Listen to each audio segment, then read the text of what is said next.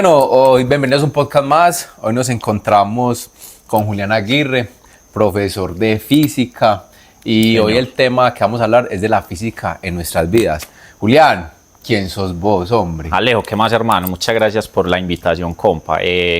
Alejo, pues yo soy profe de física, pero más que eso yo creería que soy un enamorado como de la naturaleza. Soy una persona más bien contemplativa. Actualmente soy profe de física y matemáticas. Bueno, hago un montón de cosas también acá en Tames y soy profe de dibujo, de física, de animación. Bueno, ahí le hacemos a todo un poco.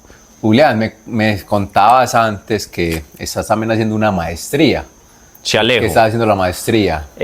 Pues debido a ese interés mío como por la ciencia y por la enseñanza de la ciencia, ahorita mismo estoy haciendo una maestría con una universidad española, una maestría en didáctica de la física y la química. Ok, ¿y qué consiste ese tipo de maestrías? ¿Qué significa eso? Parce, ¿Qué pues, didáctica? A ver, ¿cómo así? ¿Yo a jugar o qué? Pues de hecho yo le cuento a los alumnos míos y a los pelados con los que comparto que muchas de las cosas que yo, digamos, en el colegio aprendí no me gustaban. De hecho, a mí no me gustaba la matemática, la física me gustaba mucho, pero por fuera del colegio. Entonces creo que mi deseo va más como por quiero aprender nuevas estrategias para que los pelados se disfruten la ciencia, o sea, que los pelados aprendan que la ciencia es más que ir a hacer una fórmula, que hacer un polinomio, que sea más un ejercicio de contemplación de la naturaleza misma, parce. Creo que por ahí va la cosa de la maestría. Julián, en este momento vos estás en el colegio Elita, ¿cierto? Sí, Como señor. Lo conocemos en En Tames. el ITA de Tames, famosísimo además. Institución Técnica Agrícola, ¿cierto? Sí, señor. ¿Cuántos años tenés vos, Julián?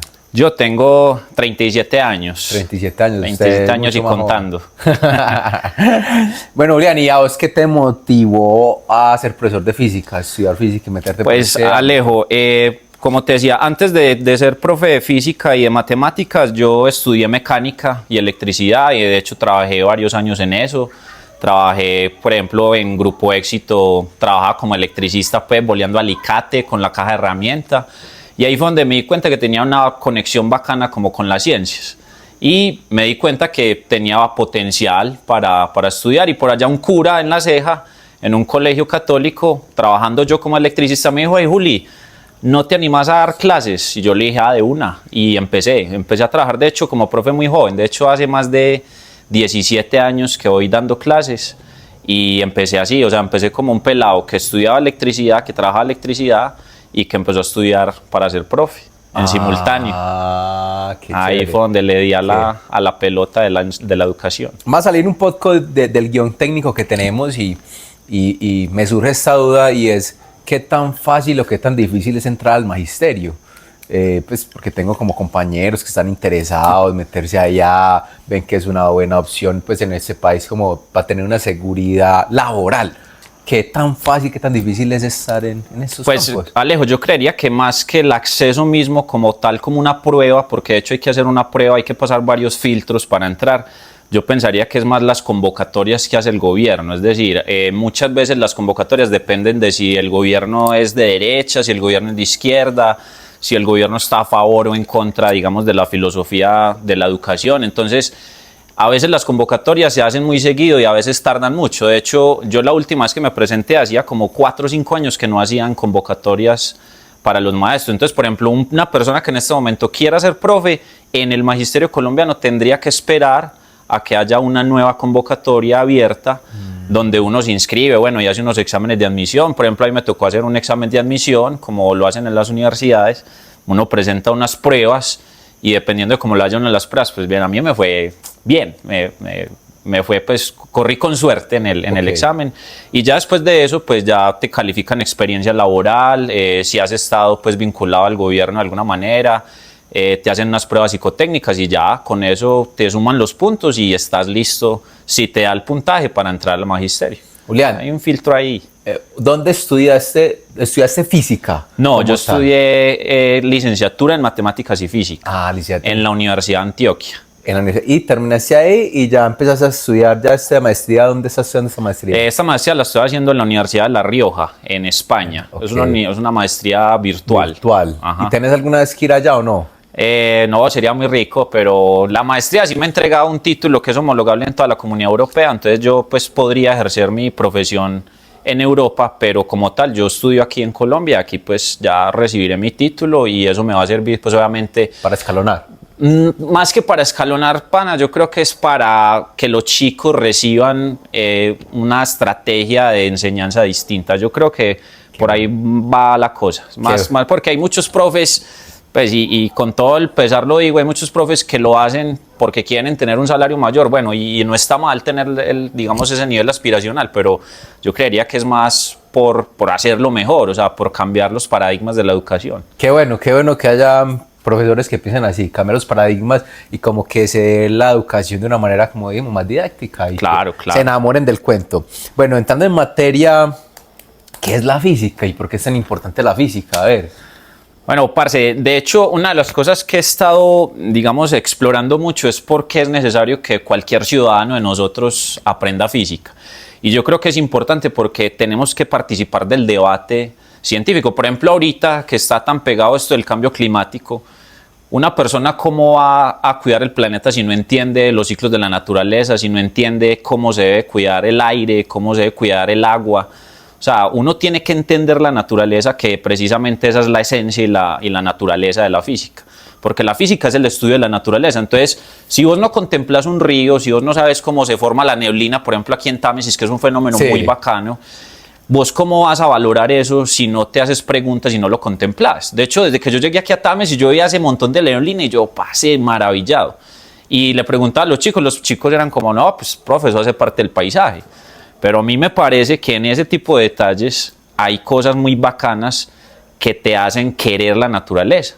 Y yo creo que ahí está el secreto pues, de la enseñanza de las ciencias. Sí, o sea, poder contemplar la física como ese todo de cómo funciona nuestro mundo. Exacto, ¿cierto? exacto. Y yo me acuerdo una vez un profesor, si no está viendo, lo recuerdo mucho, el profesor Cardoso, la primera vez que tuvimos física, ¿sabe qué nos puso a hacer? Nos mandó a que recorriéramos todo el colegio y que viéramos cómo funcionaban todos, que nos hiciéramos preguntas, tengan curiosidades, ¿cierto? Porque un pájaro vuela, ¿cómo hace para que el pájaro vuele?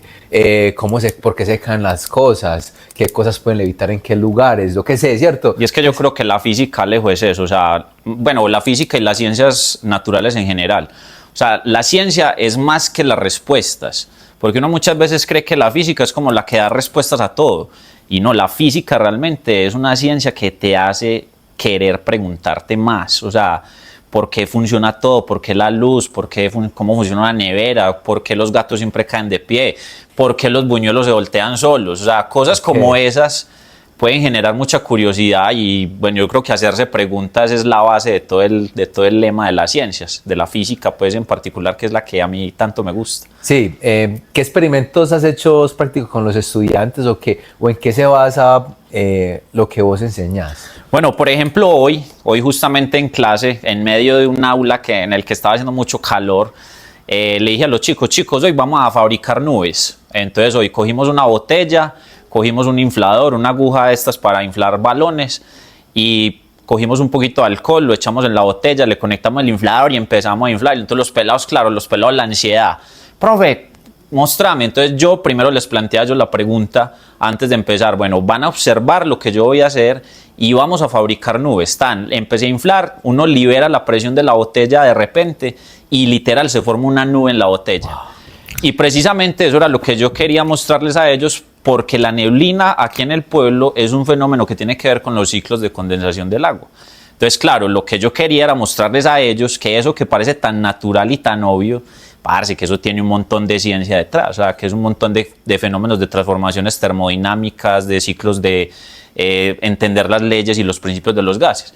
Más allá de que yo no le metí fórmulas ni nada de eso, sino simplemente, observa y date cuenta que eso que ves ahí todos los días es muy bacano, o sea, tiene mucha ciencia detrás. O sea, yo lo que entiendo es que usted está enfocando mucho el tema de la física, más dice por ahí como la física clásica de la trigonometría, aquí hay que hacer Pitágoras, vamos a ver cómo funciona la aceleración, ¿cierto? Más movimiento uniforme, claro, acelerado, claro. Más que irnos por allá, es de explicar, venga, es que hay otro tema más acá, sí. y vamos a centrarnos más en lo que vemos cotidianamente con usted, de ejemplo, ¿cierto? Entonces, muy chévere, muy bacano. Sí, de hecho, con este asunto de las fórmulas matemáticas, yo creo que la mayoría de nosotros nosotros y la mayoría de las personas en el común piensan siempre en las ciencias como algo difícil.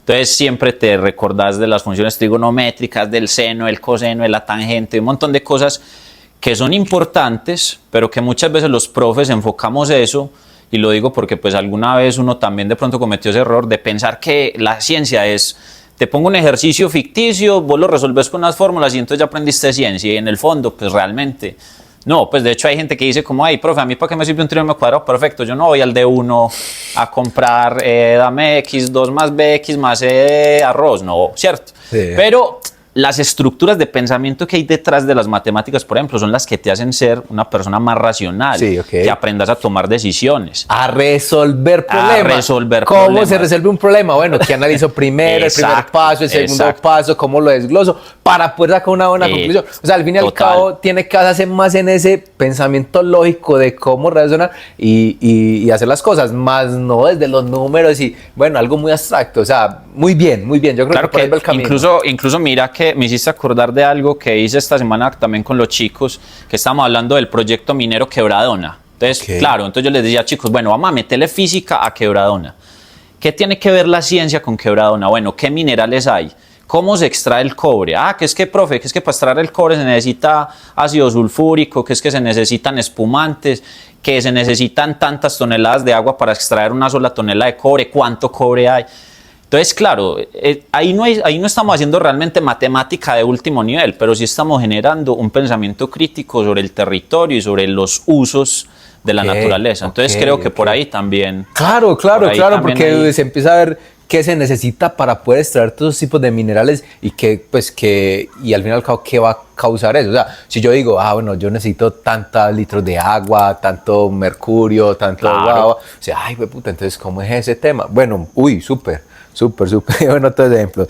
Bueno, Julián, vamos a ir como a una pequeña actividad que tenemos acá. Es como un reto de física, un juego de afirmaciones. Es Corchando al profe. Hay un tema, pues, y para los que nos estén viendo también.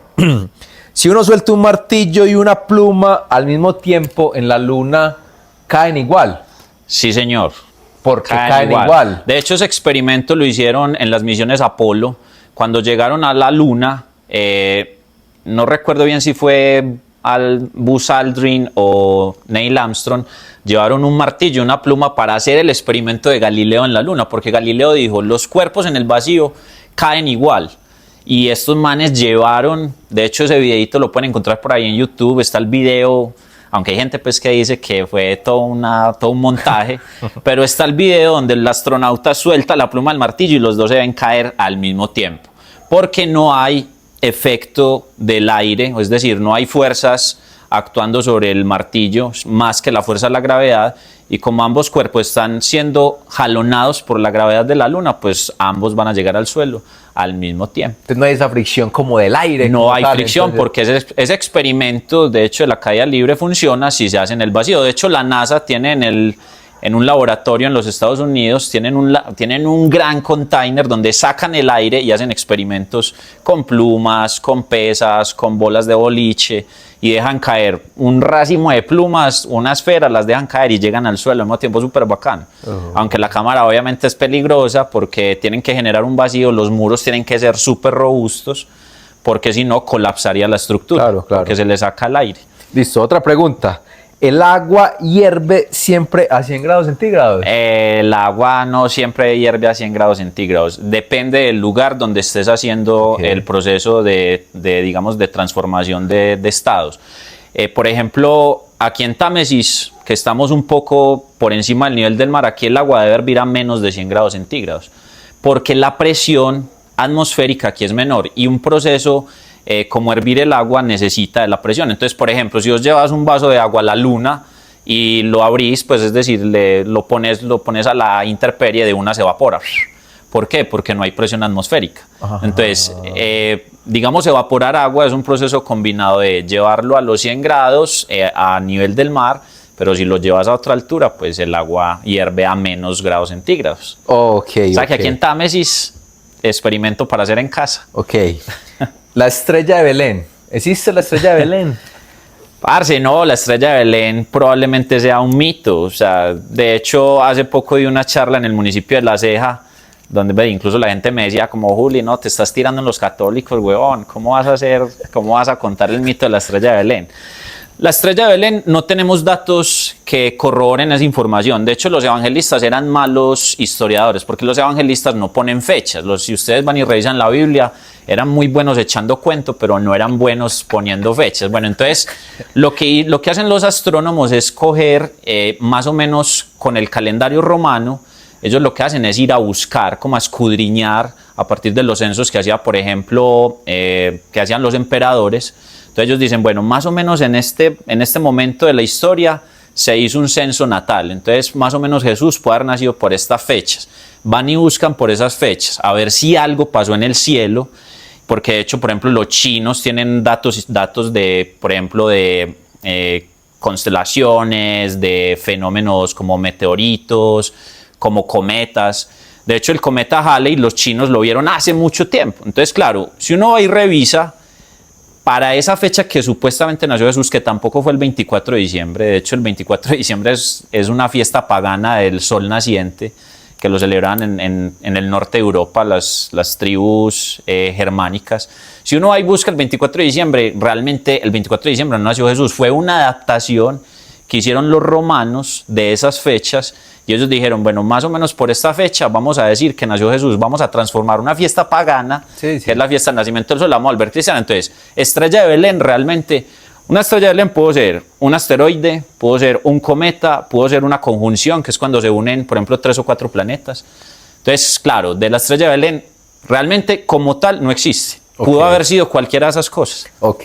No, casi todas las cosas de las religiones se basan como en todas esas tradiciones paganas que vienen señor. de puras adaptaciones, solsticios, todo eso, incluso vuelve y conecta con el tema natural, ¿cierto? Viene a la tema naturaleza, claro. Lo que pasa, qué pasa con el sol, qué pasa con la luna, qué pasa con las estaciones, claro, qué pasa con el frío, qué pasa con la nieve. Que ahí siempre, yo creo que... Por ejemplo, el árbol de Navidad es una tradición vikinga. Ajá, ok, va. Y germana, ¿cierto? De esos temas buenos de allá.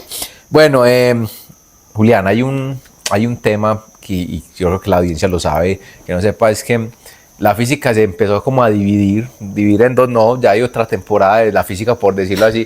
Veníamos de una física clásica y ahora vamos como a un modelo más cuántico. Eso cuántico se viene a referir a lo que pasa microscópicamente allá, ¿cierto? Y mirando como esos fenómenos pequeños, parece que la física cambia totalmente. O sea, todo lo que aprendimos de física clásica, bótenlo, porque hay fenómenos, hay pequeños minúsculos que son muy raros, ¿cierto? Algo que me ha parecido siempre muy curioso ha sido el experimento de Heisenberg, la incertidumbre de Heisenberg. Principio de incertidumbre de Heisenberg. O sea, que una partícula se puede comportar de diferentes maneras, si se observa o no se observa. O sea, como que yo la miro y se comporta de una manera y la dejo mirar y está haciendo otra cosa. ¿Qué pasa ahí? Son de los grandes enigmas que hay hoy en la física, y es ese comportamiento, la famosa dualidad onda-partícula. Que de hecho, pues hay experimentos que han hecho donde cogen y vos lanzás una partícula a través de una ranura y observas al otro lado, entonces sale tal cual la partícula, ¿cierto? Y si vos coges un cañón y disparas partículas, vas y miras al otro lado, una partícula. Si haces 2 ranuras, vas y miras al otro lado y hay 2, ¿cierto? 2 zonas de impacto. Pero si haces ese experimento con luz, entonces ya la cosa cambia, porque la luz se comporta como onda y también se comporta como partícula. De hecho, si vos haces ese mismo experimento de la ranura con agua, vos vas a notar que se forman unos patrones de interferencia. Entonces, si uno hace ese mismo experimento, pero con luz, vos vas a ver que al mirar al otro lado de la ranura, se forman unos patrones de zonas de luz y de sombra, que ya no son solo 2, a pesar de que solo hay 2 ranuras. Entonces, claro, ahí empiezan a haber unos fenómenos muy interesantes. De hecho, ahí también hay este muy famoso gato de Schrödinger, que no sé si lo has visto. Sí. Que lo que pasa es que a nivel atómico, a nivel cuántico, suceden cosas muy extrañas, lo que vos decías ahorita. Claro, la mecánica clásica de Newton nos enseñó que todas estas cosas a gran escala pues tienen una manera de entenderse que es relativamente fácil, ¿cierto? No digo que es del todo fácil, porque obviamente también tiene su nivel de complejidad. Pero ya a nivel cuántico, ya cuando uno se mete en el átomo, o sea, cuando uno se mete allá en ese profundo vacío del átomo, donde están escondidas las cosas más bacanas de la naturaleza, la energía cuántica, la energía nuclear fuerte, la energía nuclear débil. Todas esas cosas, ahí adentro hay comportamientos que son de alguna manera extraños. Y entonces existe algo que se llama la superposición cuántica, y es que una cosa puede ser y no ser al mismo tiempo. Entonces, claro, vos, el famoso experimento del gato de Schrödinger, por ejemplo, vos coges una caja, metes un gato, le pones un dispositivo, por ejemplo, con una partícula que pueda decaer radioactivamente, o sea, que pueda ser y no ser al mismo tiempo algo. Y si en la caja con el gato metes, por ejemplo, un veneno que se active con esa partícula, o sea, si esa partícula se comporta de una manera, el veneno se activa. Y si se comporta de otra manera, el veneno no se activa. Mientras vos no la estés mirando y la caja esté cerrada, el gato, como depende de esa partícula cuántica, el gato va a estar vivo y muerto a la vez.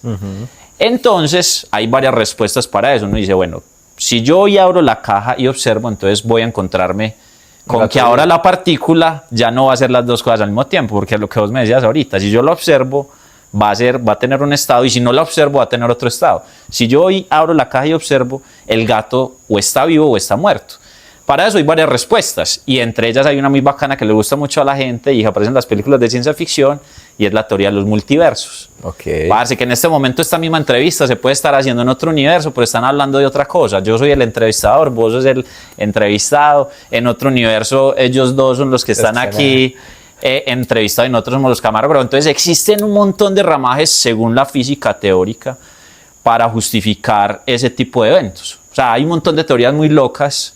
De hecho, por ejemplo, yo alguna vez que leía esto sobre los viajes en el tiempo, porque vos sabes que si, por ejemplo, yo me devuelvo en el tiempo y conozco a mis papás y evito que mi papá, que se llama Javier, si yo evito que mi papá conozca a mi mamá, se crea una paradoja. Se crea una paradoja. Claro, yo no nacería. Entonces, ¿quién los encontrará? Pero para eso hay una respuesta, y es que si hay universos paralelos en los que yo viajo al pasado, conozco a mis papás, evito que se conozcan. En ese universo yo no nazco, pero en este universo sí. Entonces, claro, hay unas cosas ahí muy locas.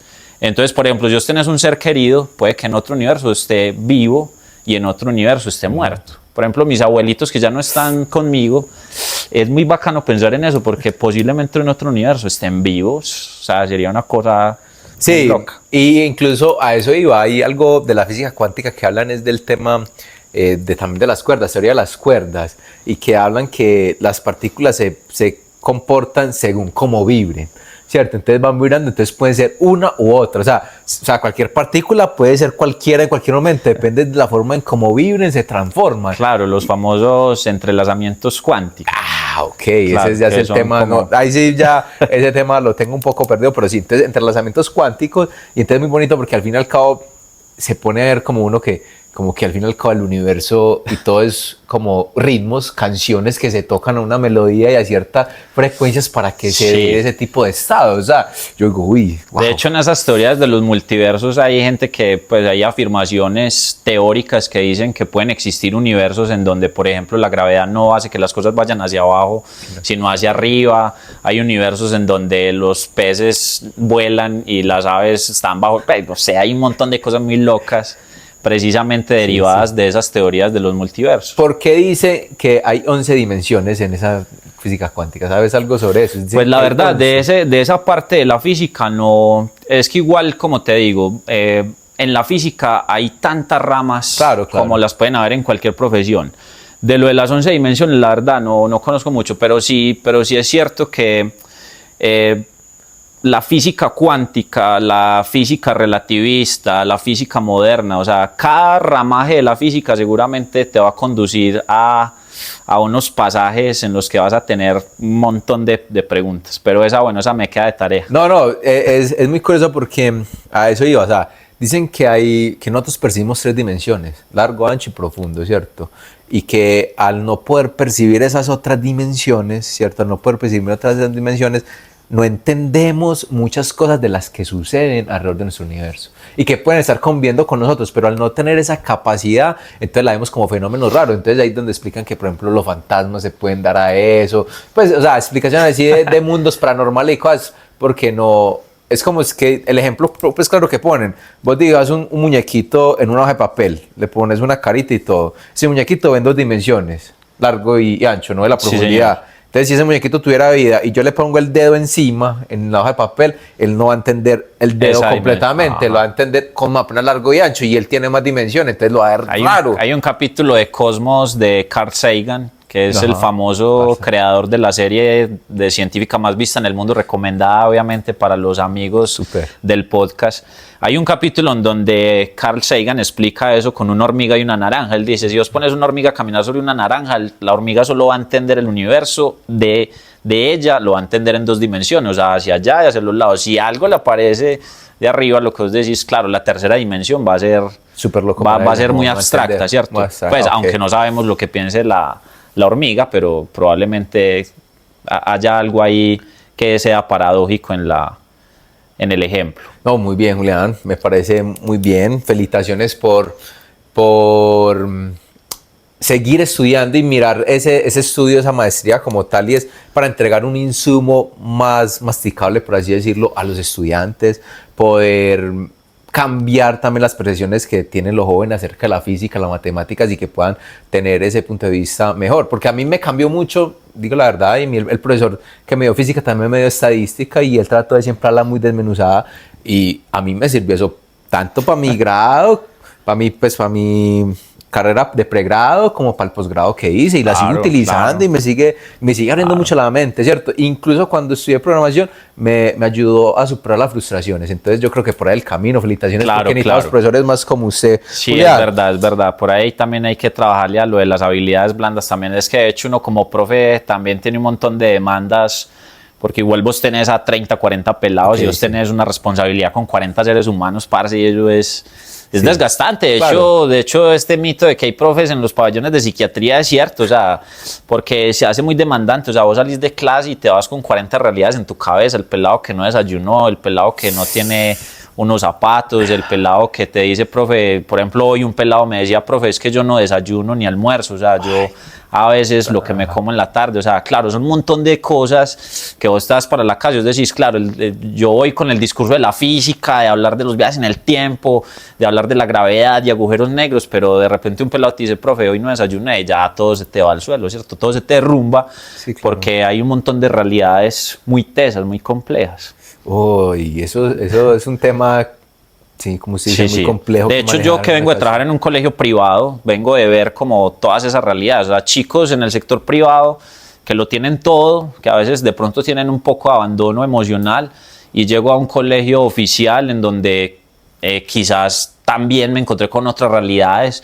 Falta de recursos, los chicos emocionalmente, un montón de situaciones muy tesas a nivel personal.